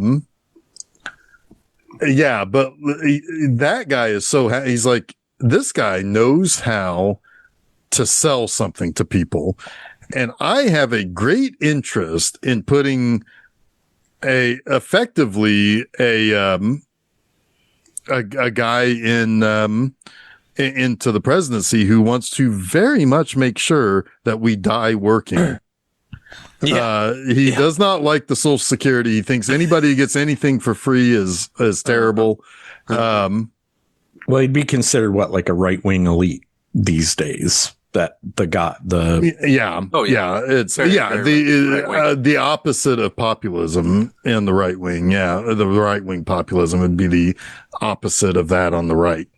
Which is fascinating because it is truly like twisting. This is the true selling of his soul. Like Vitajex is one thing, like selling the being anti Social Security on a show called Cracker Barrel, right? To country folk, to people of lower incomes, to people who will need Social Security. Yeah, he was based on people that would never. Theoretically never do this. So the selling of your soul, right? It's truly the selling of soul, but it's the same thing that the far right has been packaging to the same people for the last 70 years. It's crazy. It's what makes people act against their own best interest. Right. Mm-hmm. Yes. Yep. Yeah. Yep. 100%. And it's fascinating too because it's this. early look into media training, right? It's his early look. It's his early look into the humanization of politicians on talk shows. Like that's been going on our entire lives, right? Because that's what he does. He brings them onto the Cracker Barrel and he takes them out duck hunting and showing them video of their duck hunting and trying to make this guy. Well, and also, what do you have any pets? Well, my wife and I have a Siamese cat. Nah, my people don't like that. We would want he dogs. looks at Beanie. He looks at Beanie. He demeans Beanie in front of all these people, but then he says, "If it don't fly with Beanie, it don't fly with my audience." Right? Yeah. So he's using him as the canary to tell him, what works, and then he's filtering all of this through Beanie, and Beanie is like, he just scoffs at the idea of a Siamese cat, right? Right. Yeah. And so, and he's like, well, because he talked about how it helped, Eisenhower and Nixon. Yeah. It humanized them by having them be around a dog, man's best friend, Mm-hmm. I mean, these are concepts that if you ever get into a comment section fight with somebody on Facebook, the first thing they do is they go to your profile and look for the picture of you with your cat and then use that to emasculate you. And it's like, that shit still flies 70 years later with these people. I mean, these movies that bring these concepts to light don't happen for no reason. Exactly. And also, I mean, we're not just conjuring these ideas out of thin air. These are things that are happening that we're satirizing now. And exactly. And it's really intelligent to have an Andy Griffith type of person playing this part in a satire, because Griffith was a lifelong liberal.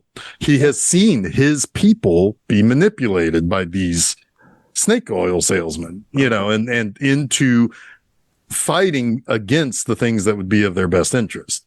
Yeah. Well, that's the thing. Like, this is one of those movies that will make some people feel gung ho a way they really fucking shouldn't. Exactly. Yeah. You know what I mean? Like, they really shouldn't be getting this message from this movie, but they're missing the satire of it. Right. Well, they're missing the lesson of it. Help me out here, guys. No, help me out here, guys. What is it that people could learn that would help them understand that better? There's a term for it. What is that? Tell us, Jeff. Tell us. It's your favorite 2 words. Media literacy? Is that the term? Yeah. Yes. Yes, that's the one. That's the one. I learned that from my so-called life, actually. Oh, okay. Yeah. Wait. Not my so-called life. Life goes on. Because it's so funny that you said that, because I almost made a My So-Called Life reference early in this episode, because I was going to say that Walter Matthau is the Brian Krakow of this movie. And Jordan Catalano is the Lonesome Rhodes. I must have been picking up on that frequency from you or something. Or I'm just an idiot, one or the other. It's so funny. And that's for you, Dave, because I know you'll get that reference. I Vault. Oh boy, that was good, Chuck. That was real good. I mean, I know it was a mistake, but it was a good mistake. It was the best kind of mistake. Yeah. No such thing as a bad error. No. So Lonesome basically like spirals from here. He finds out that Joey is sleeping with his wife, Betty Lou, or doing something. And she's like, nothing happened. And he turns her and, zips up the rest of her dress. And you're going back to fucking Alabama or wherever. Arkansas. Thank you. Send her back to Arkansas. But she's supposed to be on Sullivan. Yeah. And no, that's not happening. He's like, you'll get your money as long as you never leave Arkansas. He's like, I want this problem out of my face. Well, and what's wild about it is that he fires her. He literally says, you're fired, because he can't fire the other guy because he wanted to fire De Palma, but he's like, right. I own your company now, which is what I was going to say next. Yeah, exactly. And so he fires his wife, which further lends the credence to the idea that their marriage was more for show than anything else, because I think he really did want to marry Marcia. Yeah. I think he really did. The last vestiges of his humanity did, at least. Yeah. Yes, but that wasn't going to be any good for his brand or his image, and Betty Lou would. Because she is, she's the salt of the earth. I don't know if that's the right thing. Well, I mean, she's the young ingenue. Yeah. And she represents where he comes from, and like way better than Marcia would have. Yep. So it fits with his image. Yes. She fits with his image. Yeah. And, there is something to be said there about the young ingenue versus the business-minded, older, mature woman. There is an image element to that too, right? That goes beyond where they're from, because they're both from Arkansas. It's just that one is older, more professional, more conservative looking. The other one is the young new hotness, and it's like there's still got country something there. She's still got country in her. Well, I'm just saying that it's just on an image, like, the picture. That's what I'm saying. That's better. part of the image. I'm just saying, like, the literal, and like a picture with Lee Remick will speak more to his audience than the picture with the woman behind the scenes. As will Lee Remick's image, is what I'm saying. The fact that she still looks like she's from Arkansas. And I was just talking about the age. Both of them will play, is what I'm saying. Sure. Yeah. And it's a business. I believe him when he tells Marcia why he didn't marry her, because he was afraid to marry her. And she says, well, you said you were afraid not to marry. Well, both are true. I believe that. I actually do. I do too. I think he wanted to marry her. I think that he needs is someone who needs to be in control, and he only wants Marcia when he is trying to hold on to some human part of himself. Right? He has those moments of despair where he feels like he's losing himself, and that's what Marcia is for. But he doesn't want that all the time. He doesn't, because his id is too strong. And Betty Lou feeds that id in more ways than one. Yeah. 100%. So yeah, once he ships Betty Lou back to Arkansas, because Joey basically blackmailed him into staying quiet, like, I own your company, blah, blah, blah. Oh, if you hit me, it will be all over the news and you're over. You're done. Yeah. Yeah. Then if somebody else wants to talk about, like, what happens with Marcia before the hot mic moment, like how she arrives at the conclusion that this is the best way out. Well, like he goes to her that night, right? Actually, I'm remembering this now. Yeah. Okay. Yeah. No, after he sends Betty Lou out, he goes to Marcia's apartment or whatever it is. And he's like, he confides in her, but he's also like a total megalomania about how powerful he is and what he means to the world and everything. Oh, he's going to be the Secretary of National Morale. He's going to be in. He's going to get a fake cabinet membership. Yeah. Absolutely. Well, it's at this point that he talks about how, because I think it's at this point when he also says that it's both things were true about him. Yeah. Not being able to marry. No, that was a little earlier. Actually, that was earlier that was a sane conversation. This is not sane. Yeah. You're right. This is later. You're right. Yeah. Yeah. Because the earlier conversations when he says, as however big I get, you make me feel small. Right. Yeah. Gotcha. Yeah. Yes. Yeah. And that's when that's the point of no return for him. Yes. Yeah. And in this particular conversation, he's just being, the big macho man, and like basically everything he says is a demand or like authority about how it's going to be. And in that earlier conversation, real quick, is when she negotiates her cut of him. Right? Higher than 10%. I created you. Yeah. You don't give me anything. I earned it all. I created you. And he's like, well, and he agrees to drop the contract to give her 10% of the empire or whatever. He was offering her 10, but she took 50. I'm pretty sure. Took 50 of his cut. potentially. Yes, Yeah, I don't think that we ever arrived on a number, but yeah. He's like, take a look in the mirror, you'll see a millionaire. Yeah. Yes, 100%. So at that point, she's like, whatever. You didn't marry me. You embarrassed the shit out of me, but I'm going to get what I deserve out of this. Yes. And this next confrontation, she is coming to terms with that. She is realizing the monster that she created. And there is a moment she can live with that anymore. There is a moment where he saves her inadvertently by turning himself off when she was kind of turned on by the situation. Like, she looks like she's going to lean in for a kiss or to lay with him, and like she's bought into this conversation again. He's like, oh no, not right now. I'm tired. Big day tomorrow. So she leans over and turns off the light and fucking beats cheeks out of there. Yeah. Right. Yep. Sorry.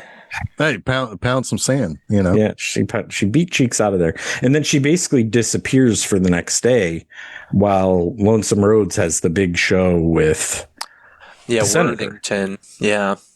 Selling bad ideas, or selling this guy's mismatched ideas with the crowd that you expect to be, like his the bumpkins, and while all of them, are like, yes, and like, nodding along. You tell them. Yeah, the old guy is like, it's the God's honest truth when he wakes up. Yeah. All of those things, it's all those people are fake as fuck too. They're just New York actors playing bumpkins. What? Yeah, right. What? Yeah, but the machine that one guy didn't have rotting teeth. Really? but the whole thing is like, it's they are agreeing, so therefore it gets the audience who are already bought into. Yeah. I mean, that's obvious, right? Yeah, right. And this is just feeding that machine even more. It's like you put someone in the room that is still like the people he originally appealed to, so they could echo what he's saying. So the people at home can be like, yes, I do. Well, yeah, exactly. Well, try to make them relatable through osmosis as best you can and sell these bad ideas. Yeah. It's Joe Rogan. Yeah. It's the a lot of show. people. I mean, it's a lot, but it's the biggest show with the most diehard audience. Putting these people, platforming the people who are going to sell them. I mean, for the people who say we're not we're impartial. It's Bill Clinton playing his sax on the Tonight Show, right? I mean, it's that. Well, was that Tonight Show? Or was that Arsenio Hall? I might have been Arsenio Hall. I think it was Hall, because it was a play to the younger audience. Yeah. It might have been Arsenio Hall. Yeah. The younger which is even more of this, right? I mean, that's an even better illustration. Yeah. Yep. How can we sell this country talking Arkansas guy to a younger audience? Well, and to black folk. And to black folk. That's why I absolutely. Kind of at the younger audience. Right. Well, but that's the thing. It's like, let's face it, the Democratic Party, they put a lot of effort in following, Hispanic vote and the black vote, and Arsenio Hall wasn't a younger audience play. Well, but I'm just saying that, like, that's what I'm saying. Party, well, I know, but like the party, the Democratic Party is well known for that play, right? And also never really coming through that well on their promises, right? Like, it's it's the same thing from Yes, everyone does it. You're illustrating the point that everyone does in fact do that bullshit. Yep. This is the first recorded example of fuck it, we'll do it live. Yeah. Oh yeah. Yeah. Hey, bringing in Bill O'Reilly now. Yeah, okay. Because he's like, Marsha's not here. Well, I'll save this. I will rescue it like I do everything else. The megalomania, right? Like now no one has helped me in my endeavor. This is all my own, right? Yep. He's completely forgotten where he's come from at this point. And even the man he's trying to help, he eventually makes fun of, like immediately after, says what we all think when we see Bill Clinton playing the sax or whatever. Is like, come on. He's okay. He's all right. Yeah. He didn't look natural doing that.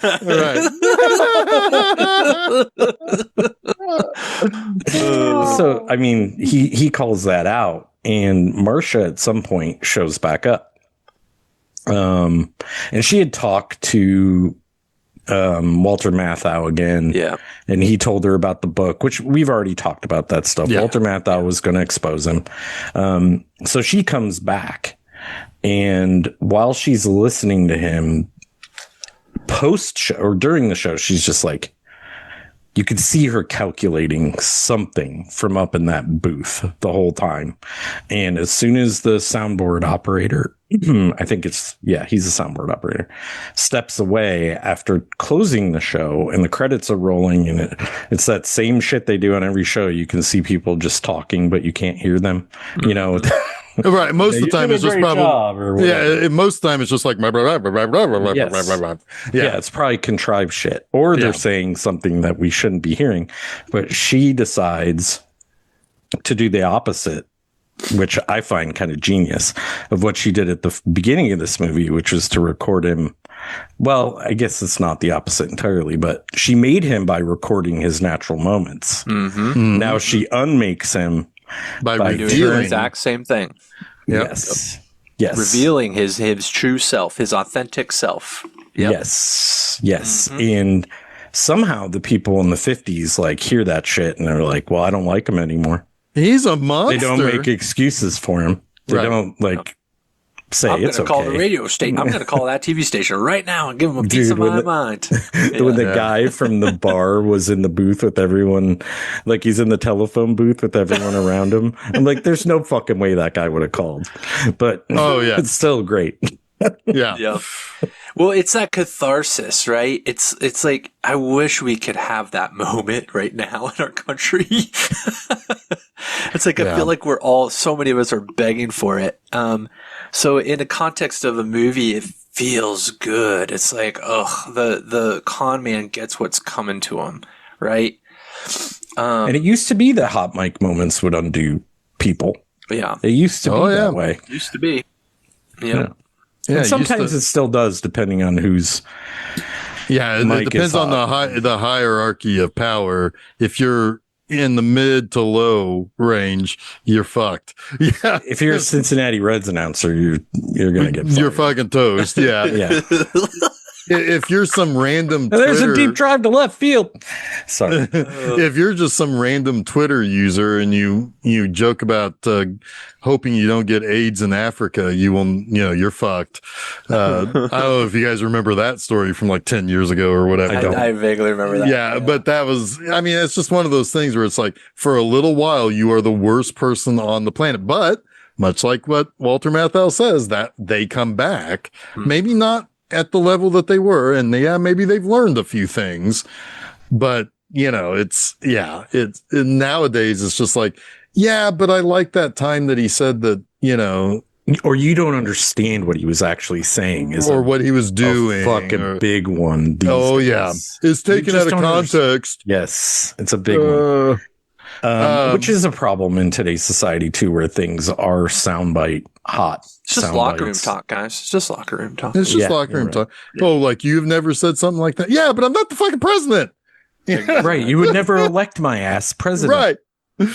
Maybe now you will. So let me get real hot and let's start talking about what I think of all these people. But keep talking shit about other countries. Someone will elect you. I don't spend a lot of time in locker rooms with other men, but I surely have never told anyone or admitted to sexual assault in one of them. So not unless my balls are being fondled by one of them. But it's just locker room talk.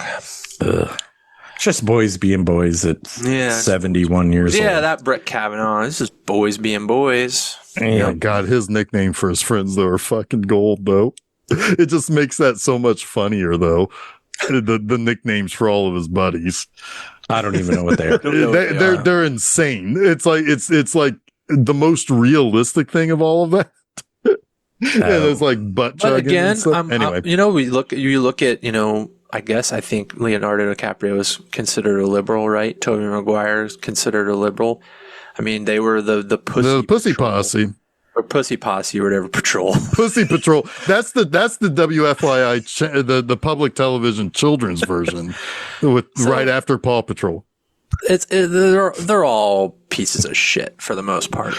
Everybody's a piece of shit. The three of us are pieces of shit. It's just that Chuck's an asshole. Well, yeah, but okay, I'm not a piece of we got an asshole and two He's not pieces of shit here. Shit or pieces of shit. He'll cop the asshole, but that's as far as it goes. Okay, I draw lines too.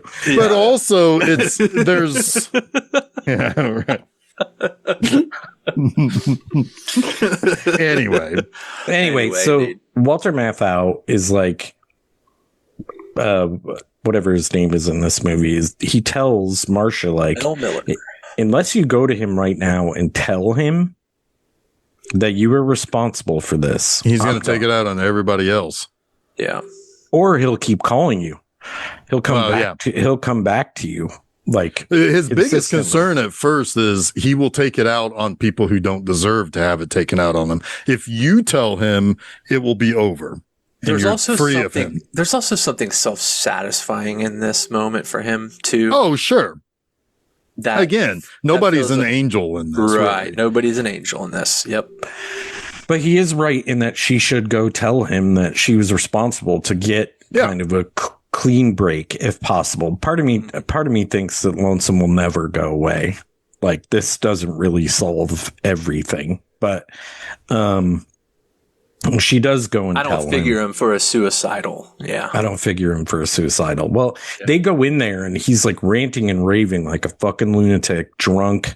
He has Beans, whatever his buddy's name is. Playing the applause machine. He likes a lot of applause. He likes a lot of applause.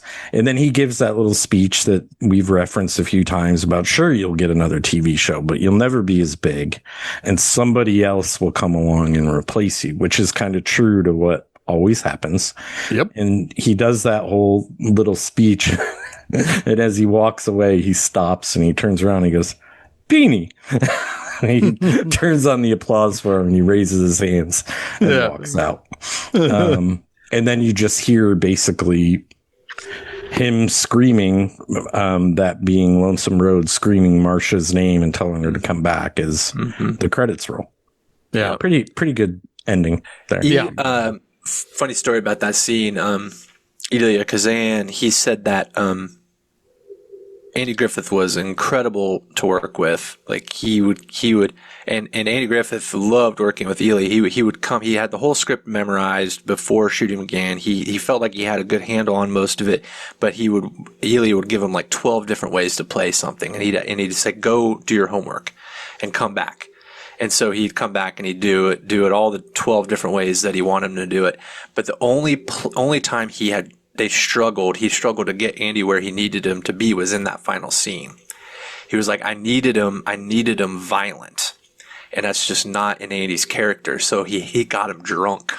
And so he's actually dead drunk in that scene because he says that's the only way I could get what I needed from him in that moment. Yeah. That's awesome. Yeah. I mean, and this role took everything out of him because he was boring the rest of his career. I mean, according to some. I don't know, but Matlock is pretty fucking cool. That was a joke, but he was still a subdued dude. You gotta love Matlock, but he's a subdued dude in that. Yeah, his career was a bit milquetoast. We'll say that. Well, I mean, his career really was. I mean, like he was the folksy stand-up comedian who would do a little banjo on stage and stuff, but like. I mean, he's the folksier version of a Bill Cosby in the time where you're not no, he's not. Well,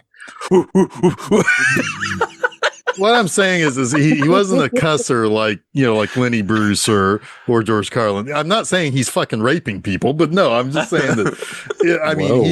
he's the, well, I mean, what else is Bill Cosby? I remember Andy Griffith himself. It was a great stand-up.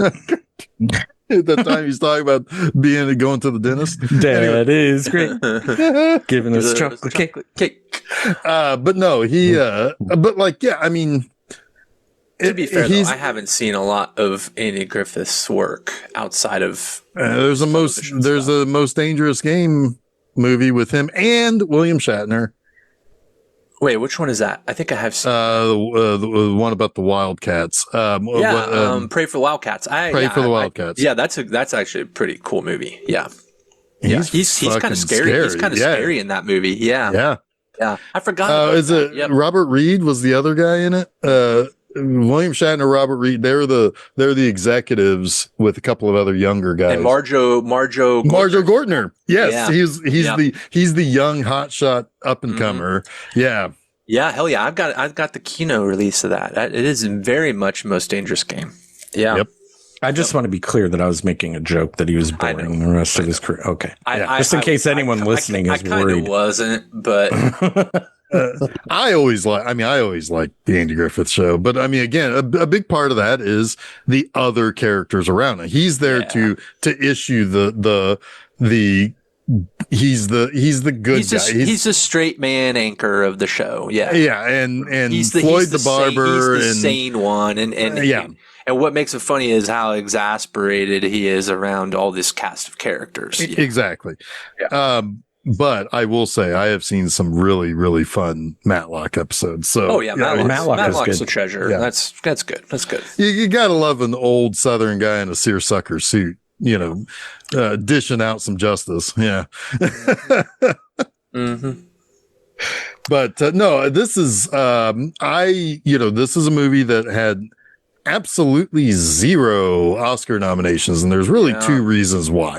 Yes, there are. Give the first, Jason. Sorry, hold on a second. Elia Kazan and the writer Schulberg. Bud Schulberg. Thank you. They named names in the McCarthy hearings.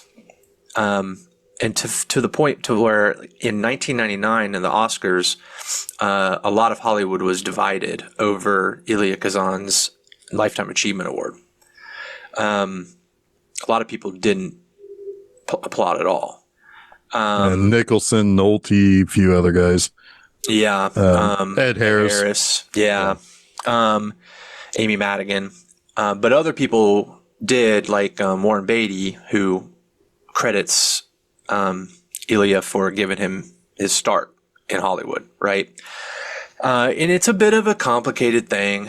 It's one of those things where he says, they both say that the names they named were already people who were known and had been named, so they didn't feel like they were doing any damage. But also they were also disillusioned at the time with the Communist Party as well, and they felt like they were truly doing like their civic duty, which whatever. Orson Welles famously said, Elia Kazan is a traitor, but he's a very good filmmaker, right?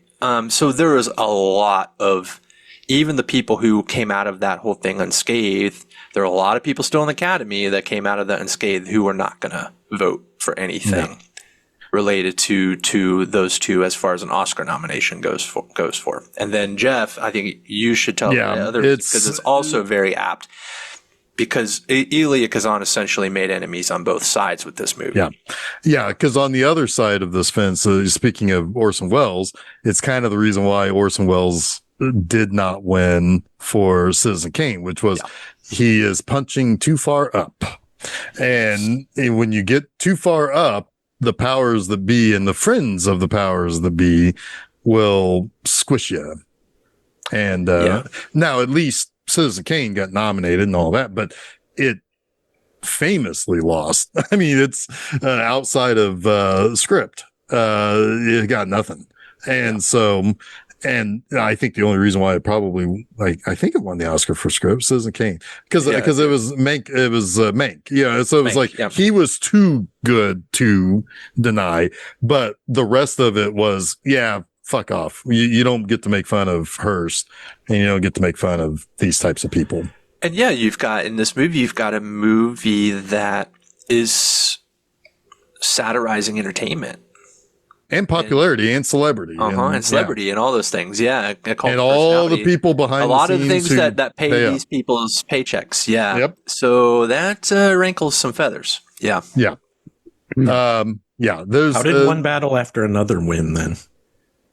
Well, because, Hollywood is woke and probably run by black people. But I don't know. That's what internet says. Yeah, I'm just saying, it punched pretty high. Well, it's a different world today. I mean, for one, the voting population has gotten a lot younger. They are more than happy to really say this is the best. This is flat out the better movie. And they play a lot less politics now. I was honestly curious. There's a lot of vote splitting too. But I don't think that one battle after another really was a send up of Hollywood. I mean, it's just power. Yeah. I mean, that's they will always appreciate somebody punching up at government or cultural issue. But when it comes to paying the bills, it's a little different. But at least certainly back in the 50s, 60s, and 70s, it was sure. No, the Oscars are very different today than they used to be. I mean, and a lot of it is the voting block has changed considerably. Mm. It's also a lot harder now to see, the change happened with Everything Everywhere All at Once. In older years, it was getting harder for you to win as many major Oscars, and it won all 7 that it was nominated for. It's almost impossible to do that back in the old days. I also think that people have realized that self-deprecation is also a form of humor. Yeah. Well, that, but also, a commodity more than anything. I mean, William Shatner's career is so much better off now when he started making fun of himself with things like Free Enterprise and the Priceline commercials. I mean, you've got a whole show almost like self-awareness. Seth Rogen's Studio, which is a complete and total fuck off to Hollywood, right? It's the most self-deprecating show about Hollywood I've ever seen, and it's but it's funny, and they're like, this shit is absurd. Yeah. Yeah. Did it win any Emmys though? It's won a lot of Emmys. It has. Yeah. I don't know if I've seen that one. Yeah. It's pretty funny. I recommend. I think we've done it though. Yeah. 5 stars. 5 stars.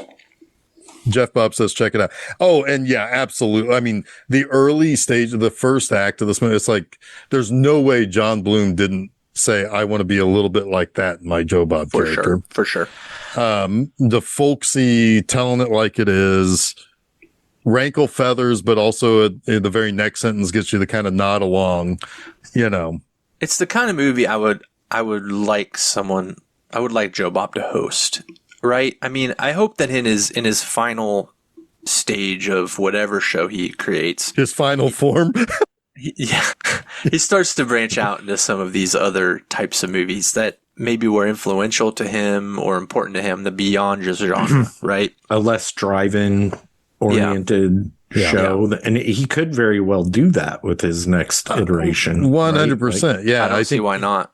Yeah, I hope he does. Somebody should recommend that to him.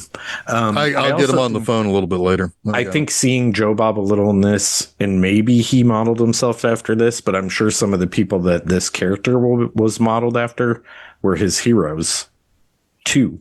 Yeah, when he was a kid.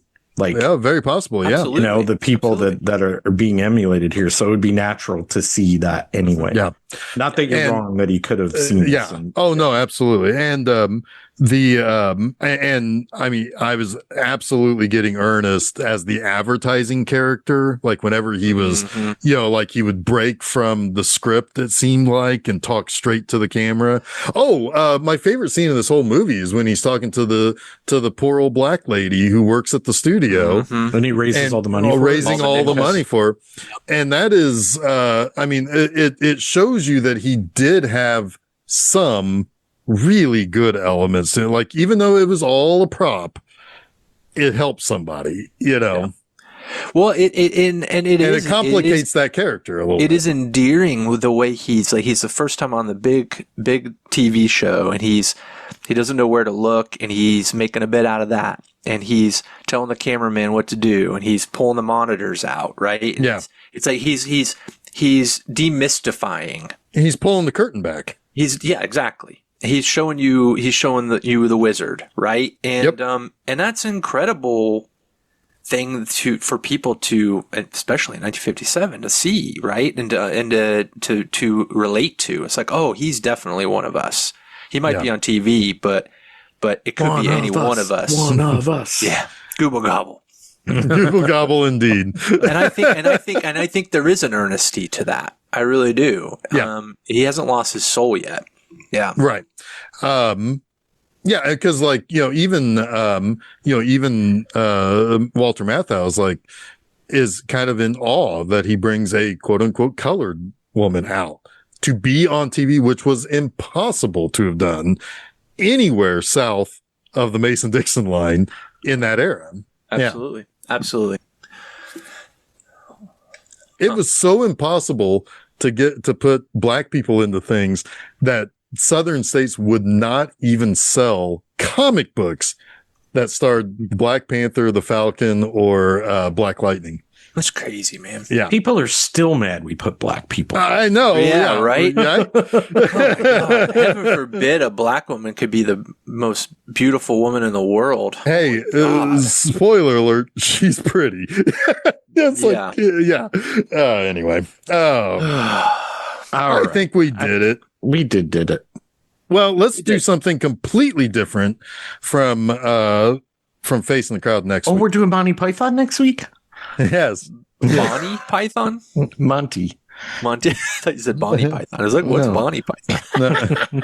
You don't need to know. Yeah, I don't. The bishop. Anyway. What are we doing next week? Dark City. Yeah. Yeah. Wildly different. A movie that I believe finished either number 2 or number 1 on Ebert's list in 98. It's a good movie. Yeah, he said it was been a while super, since I've seen it. Yeah. He said it was super something. I can't remember. It was super. It's just super. Yeah. It's just super. So go over. Yeah, exactly. Go over to filmseizure.com. That's where you find all of our episodes. That's where you find all the places you can follow us on social media and subscribe to listen to our show at the various podcast sites. This upcoming Monday, also on filmseizure.com, is the final episode of Monster Mondays. I don't talk about one particular movie, but I talk about why I did the show, some things that led me to liking monsters, and I think it goes out on a pretty good note. Man, truly the end of an era. Pretty much. Congratulations. 350 episodes, right? 400. Jesus. Congratulations. That's quite an congrats. Yeah. Yep. As a friend of the show, Brandon Peters said, I've watched all the monster movies. So, it's over. I've watched them all. There's no more. Yeah. The's no more. Maybe you can move on to some more 400 contemporary things after this, like Facing the Crowd or something. Yeah, man. Do a weekly show about a Face in the Crowd. Yeah. Just that. Just that movie. No, never mind. I know what you're getting at. Filmseizure.com for that as well. This upcoming Friday, Camp Crap About a Wipe ends. Much to Chuck's glee, but by the way, the continuity of how we record these episodes, he's going to have to hear that one more time. But I end on a spectacular note there too with The Final Girls. Oh yeah, that's a good one. I really, really adore that movie. That is good stuff. Yeah. All right. So until next week, I'm Jeff Arbuckle. I'm Chuck Oucher. I'm a face in the crowd, and you have been listening to Film Seizure.